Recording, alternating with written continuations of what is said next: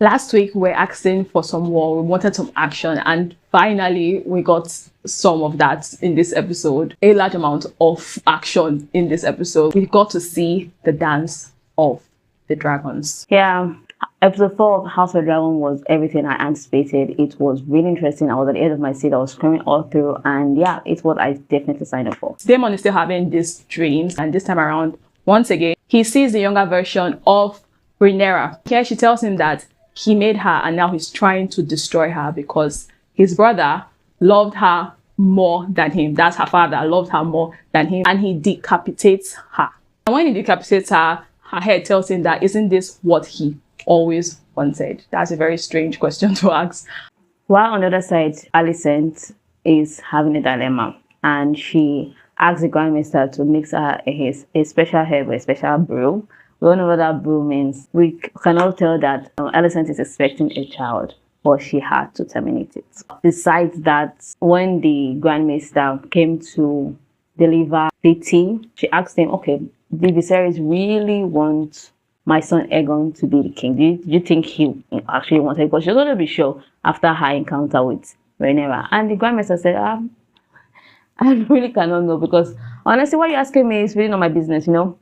He's just doing his job. He's not supposed to know, because she was like, oh, you took care of Viserys and you were close to him during his last days, so are you so sure about it? And anybody would say, I don't know, because why is the queen asking me this question? Meanwhile, Sir Criston's mission is going very smoothly. His army is growing, and he has even gained the title Kingmaker for himself. And back at King's Landing, in the previous episode, everybody thought that Sir Criston was heading to Harrenhal, but no, he's heading to Rook's Rest. And when Aegon learns that plans have changed, he's not really happy with this, because nobody tells him anything they are doing, and his brother Aemon tells him he's aware that Sir Criston is heading to Rook's Rest instead of Harrenhal. And this kind of breaks Aegon's heart, because why is nobody hearing me? Why are you not consulting me? Why am I just the king here and nobody wants to tell me this is our plan or not? And he believes that if Sir Criston takes Harrenhal, because Daemon already took over, it will be much better than him heading to Rook's Rest. While on the other hand, Daemon is in the haunted mansion, and he's having these dreams or hallucinations, and this time he sees Aemon as himself. He was with this Aemon's famous eye patch, and yeah, it was creepy as hell. Then after that, we move on to him seeing Alice, the weird lady, I don't know if I call her a witch, that lives in halls of Harrenhal, and she tells him that this hall is actually haunted, and she tells him that she's not even scared of him at all. So she gives him this potion that she brewed. We're not sure what it is. And it takes us to another sequence where Daemon is seated with the other men, the other lords, they're having this meeting. While he's still hallucinating, meanwhile, he is present in this place. And his former wife, the Valerian lady, she comes to serve him, to refill his cup. His mind is a much, he's just all over the place, hallucinating.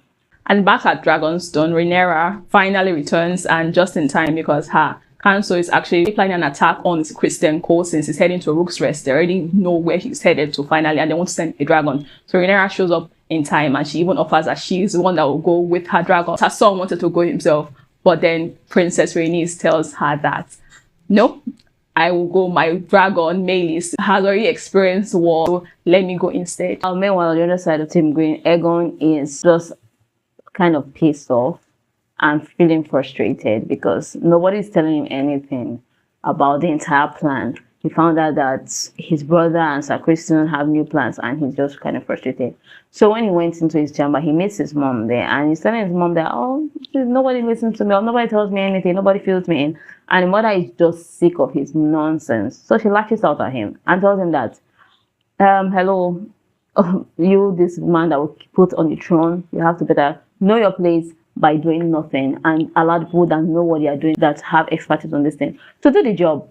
And he's down because he really wanted that motherly love from Alicent, I suppose. So he went back to drinking again. He got drunk and decided to take his dragon Sunfire to war. At Rook's Rest, where the battle already started, Princess Rhaenys and her dragon Meleys unbound Sir Criston Cole's troops. But what they don't know is that this was actually a setup. Sir Criston and Aemond actually planned together, because Aemond is hiding with his dragon Vhagar. But when they signaled Vega and Aemon to show up, he sights his brother and his brother's dragon Sunfire. So he just holds on for a bit and lets him advance unsupported. He just keeps his cool with Vega. Yeah, Melis and Rhaenys are doing very well. They've attacked Sunfire and Aegon. And Aegon is kind of already confused up there. So he saw his brother come with Vega and he's like, oh, thank you God. My brother is here, so definitely go take down Melis and Rhaenys.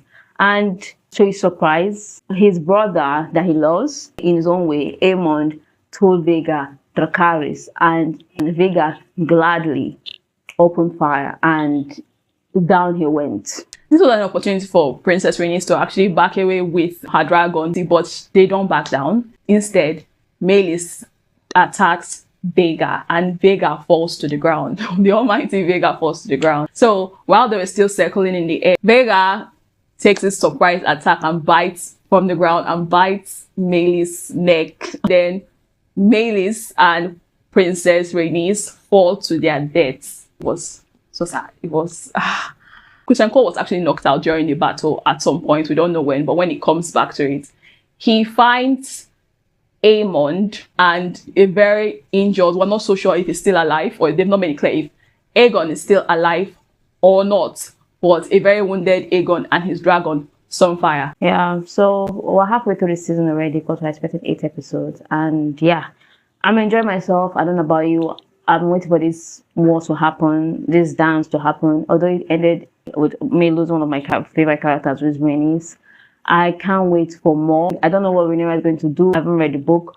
But I'm just really clutching my pearls. I'm just hoping for the best right now. When the season started, from previous videos, I've always said that I've been waiting for some action. I have been dying to see something happen ever since. But when the season started, I appreciate how it started off with the first episode. Like, we are seeing how everybody's grieving the loss of Queen Rhaenyra's son, and then moving on to all the plotting. So we're already agitated, like, okay, when is this going to happen? And now in episode 4, we're seeing action take place. So I think so far it's been a very good build-up from the first episode, second, third, to this Dance of the Dragons. It's amazing. And I know that there's more to come, more action, more war to come. And this is the best episode so far, in my opinion. Combining the first season and this season, so far, this has to be like one of the best episodes of House of the Dragon that I have seen ever.